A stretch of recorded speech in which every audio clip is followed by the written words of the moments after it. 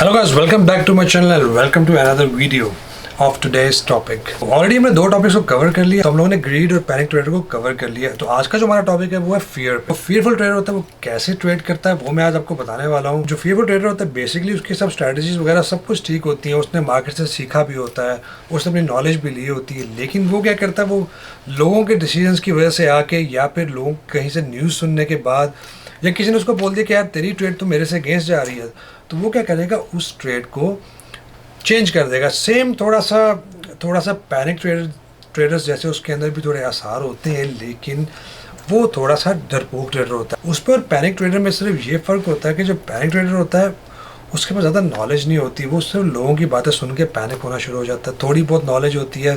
जो fearful trader होता है उसके पास नॉलेज ज़रूर होती है, लेकिन वो अपने डर की वजह से सही ट्रेड नहीं कर पाता और इवेंचुअली मार्केट में कर लेता है नुकसान। तो चलते हैं पीसी पे और चल के देखते हैं, इसको और एलैबोरेट करते हैं। और लाइक ऑलवेज एंड पे आपको मैं एग्जांपल दिखाने वाला हूँ फेयरफुल ट्रेडर कैसे ट्रेड करता है। मेक श्योर वो एग्जांपल देखे बगैर आपने इस वीडियो को नहीं छोड़ना। अगर आप इस वीडियो पे नए हैं और फर्स्ट टाइम इस वीडियो को देख रहे हैं तो मेक श्योर कि पिछले जो दो वीडियोस हैं वो आप ज़रूर देखें। वो देखने के बाद इस पर वापस आए ताकि आपको प्रॉपर साइकोलॉजी ट्रेडिंग साइकोलॉजी की समझ लगे। चलते हैं पीसी पे, वहाँ चल के आपसे बात करता हूँ।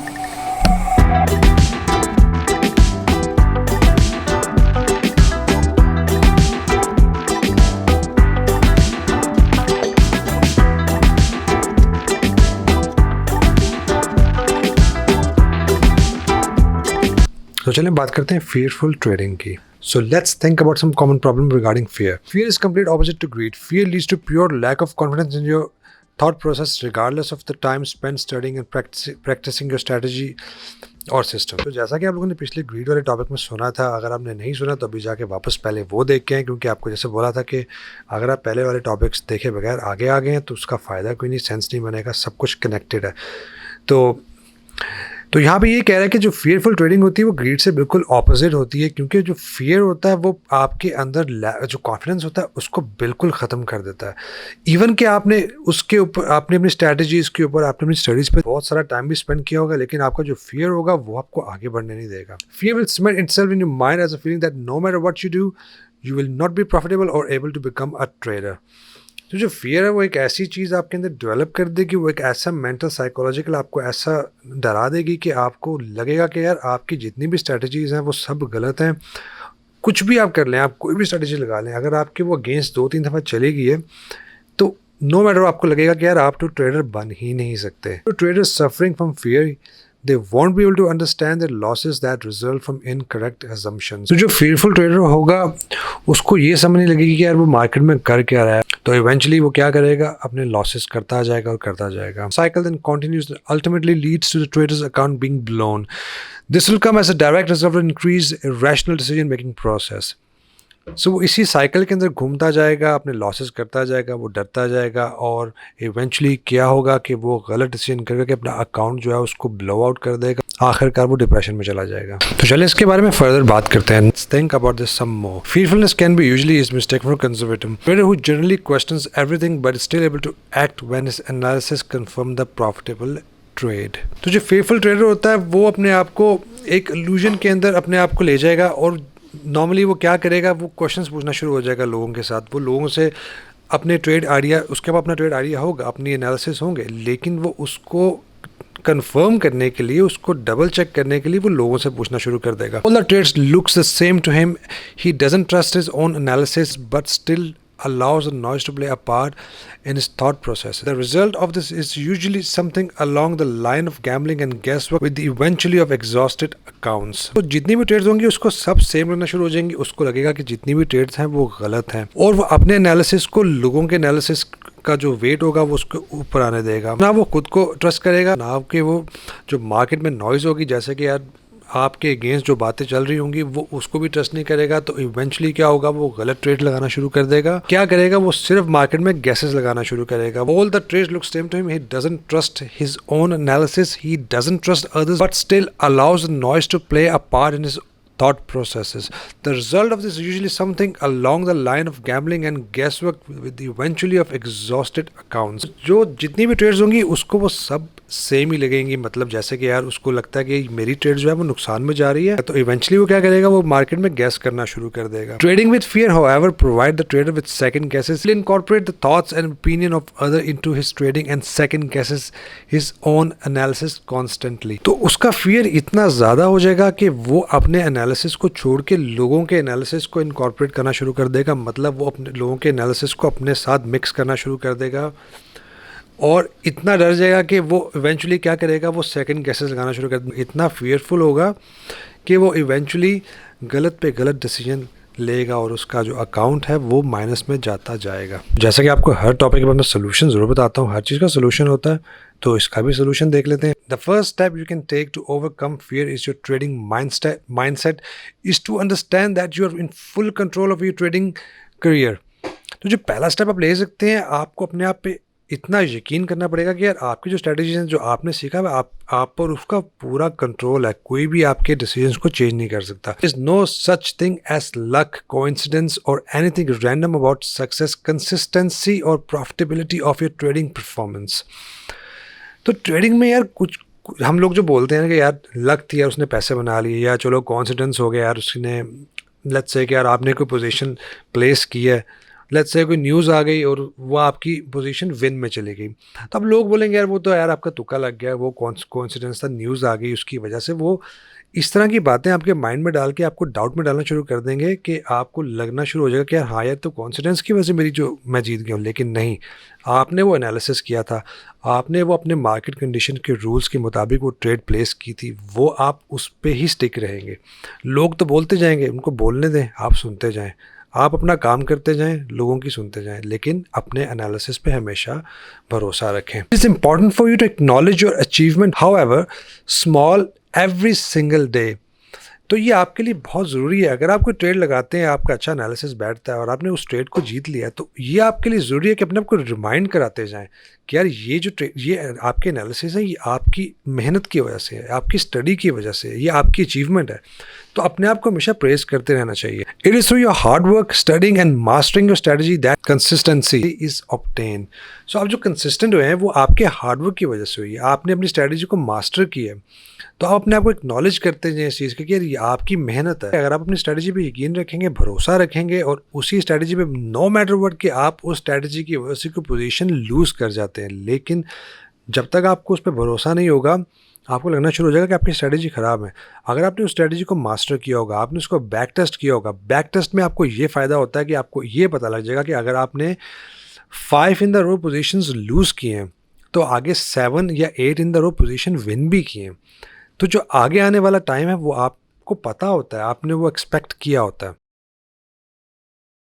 तो चलिए आपको दिखाता हूँ एक जो फियरफुल ट्रेडर होता है वो मार्केट में आके कैसे ट्रेड करता है। उसने अपनी प्रॉपर एनालिसिस कर ली है, उसने अपनी प्रॉपर जो सपोर्ट एंड रेजिस्टेंस लाइंस हैं सब कुछ रेडी करके उसने रख लिया। उसको पता है कि यार कहाँ पे मार्केट में जाना है, कैसे जाना है, उसको सब पता है। तो वो अपनी ट्रेड जो है वो आगे कर रहा है। जैसे आप ये देख सकते हैं मार्केट में, लेट्स से एक फियरफुल ट्रेडर है, वो यहाँ पर ट्रेड कर रहा है, ठीक है।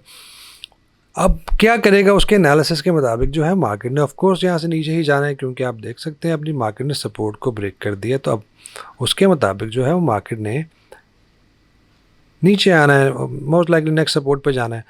तो वो क्या करेगा, यहाँ पे अपनी ट्रेड लगा देगा। अब उसकी ये ट्रेड जो है वो चल रही है, लेट्स से उसकी ट्रेड चल रही है, ठीक है। अब उसकी ट्रेड चल गई है, उसकी ट्रेड यहाँ तक पहुँच गई है। अब उसकी ट्रेड को विन होने के अंदर सिर्फ और सिर्फ आप कह लें 56 पिप्स उसके ट्रेड को विन होने में रह जाएंगे। अब वो क्या करेगा, यहाँ पे सब एनालिसिस उसने कर लिया। अब वो यहाँ पे आके क्या करेगा, वो किसी से न्यूज़ सुन लेगा यार कि आप मार्केट तो यहाँ से बाउंस होने वाली है, मार्केट ओवरसोल्ड होगी, या मार्केट व्हाटएवर, वो अपनी ट्रेड को यहाँ पे कर देगा एग्जिट, ठीक है। आप देख सकते हैं 172 पिप्स की पोजीशन है, थोड़ा सा और नीचे जाता तो उसकी पोजीशन विन हो जाती, लेकिन वो आपको पोजीशन को यहाँ पे एग्जिट कर देगा। उसको इतना डर होगा मार्केट में। और आगे क्या होता है, तो आगे यू कैन सी, थोड़ा टाइम है, थोड़ा सा टाइम लगेगा, लेकिन यू कैन सी देयर यहाँ पे आके उसका टारगेट भी हिट होता। जो उसने 172 पिप्स पे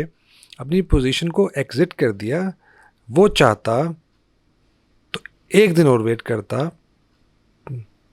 as you can see 236 pips तक की पोटेंशियल थी मार्केट में अगर वो इस पोजीशन को सही तरीके से लेता, लेकिन उसके डरने और उसके लोगों के सुनने की वजह से उसने क्या किया, अपनी पोजीशन को अर्ली एग्जिट कर दिया। मार्केट में वो ऐसी मिस्टेक्स करता जाएगा। अभी तो इस केस के अंदर तो उसने अच्छी पोजीशन ले ली, चलो कुछ प्रॉफिट बना लिया। तो हम देखते हैं इसका दूसरे एस्पेक्ट में वो क्या करता, आपको दिखा। दूसरे एस्पेक्ट में वो क्या करता, मार्केट जहाँ पे आप देख सकते हैं अपने एनालिसिस के मुताबिक उसको पता था यहाँ पे मार्केट को शॉर्ट करना है, ठीक है। वो यहाँ पे अपनी शॉर्ट पोजीशन लगाता, ठीक है, अकॉर्डिंगली अपना स्टॉप लॉस और अपना टेक प्रॉफिट को सेट कर लेता, ठीक है।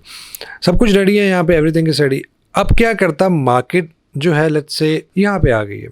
अब उसको यहाँ पे लोगों ने बोलना शुरू कर देना कि यार ऑलरेडी यार तेरा तो अच्छा प्रॉफिट हो गया था यहाँ पे, अभी भी तो शॉर्ट में, अभी तो मार्केट ने रिवर्स हो जाना है, यहाँ से फौरन से पहले एग्जिट कर दे और उसको फौरन से पहले अपनी शॉर्ट की जगह उसको लॉन्ग पोजीशन लगा दे, मतलब सेल की जगह उसको बाय में चला जाए। तो वो क्या करेगा, वो यहीं पे अपनी पोजीशन को करेगा क्लोज, राइट, और दैट्स से इसको हम साइड पे रखते हैं।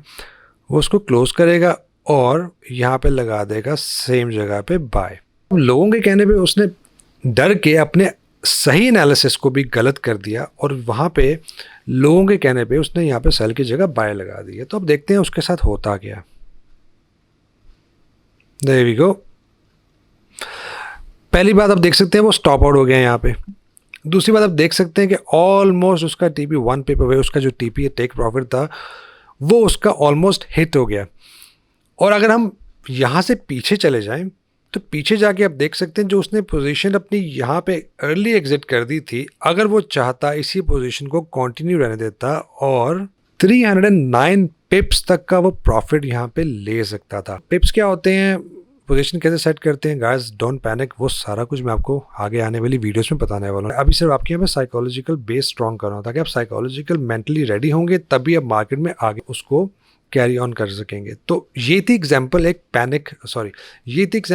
फियरफुल ट्रेडर की। यहाँ पे उसने प्रॉफिट लिया, अर्ली एग्जिट कर दिया, यहाँ पे उसने पोजीशन अपनी जो थी सही लगाई, लेकिन लोगों के कहने के मुताबिक उसने यहाँ पे पोजीशन को गलत लगा के 100 पिप्स का नुकसान ले लिया। तो क्या फ़ायदा, उसने 160 पिप्स यहाँ पे बना के 100 पिप्स का यहाँ पे नुकसान ले लिया, जो है उसको जो उसका प्रॉफिट था वो भी कम रह गया।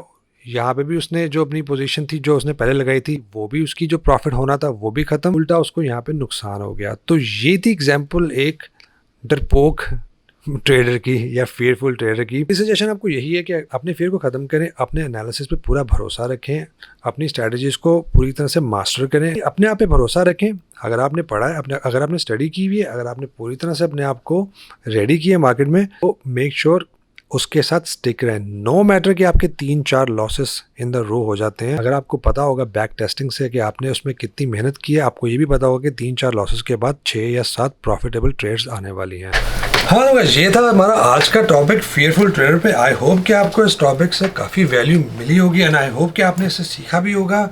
और अगर आप पहले ट्रेड करते हैं और आपने ये मिस्टेक्स की हैं तो एंड आई रियली होप कि इस टॉपिक को देखने के बाद आप ये मिस्टेक्स नहीं करेंगे इन फ्यूचर।